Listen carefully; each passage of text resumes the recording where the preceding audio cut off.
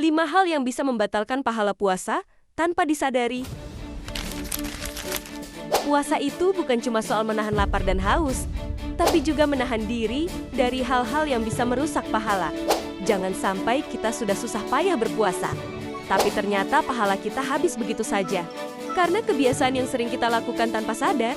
Nah, di video kali ini, kita akan bahas 5 hal yang bisa mengurangi bahkan membatalkan pahala puasa kita.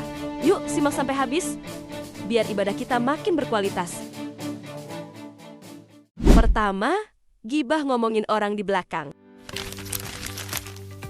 Sering gak sih kita ngobrol santai dengan teman atau keluarga, tiba-tiba obrolan berubah jadi ngomongin orang lain?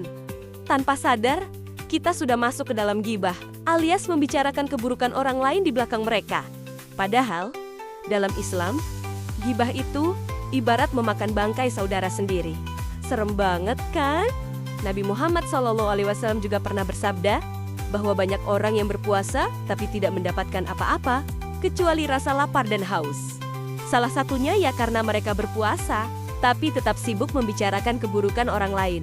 Maka dari itu, mulai sekarang, yuk kita lebih hati-hati dengan apa yang kita bicarakan. Kedua, marah dan berkata kasar. Puasa adalah tentang kesabaran. Tapi seringkali, justru di bulan puasa, emosi kita lebih gampang meledak. Mungkin karena lapar dan haus. Hal kecil pun bisa bikin kita marah. Mulai dari antrian panjang di jalan, teman kerja yang ngeselin, sampai hal-hal sepele di rumah. Padahal, Rasulullah SAW mengajarkan, kalau kita sedang berpuasa, lalu ada yang membuat kita marah, sebaiknya kita cukup berkata, "Aku sedang berpuasa." Marah yang tidak terkendali bisa mengurangi pahala puasa kita. Jadi, kalau ada sesuatu yang bikin emosi naik, tarik napas dalam. Ingat kalau kita lagi puasa, dan coba lebih sabar. Ketiga, melihat atau mendengar hal yang tidak baik.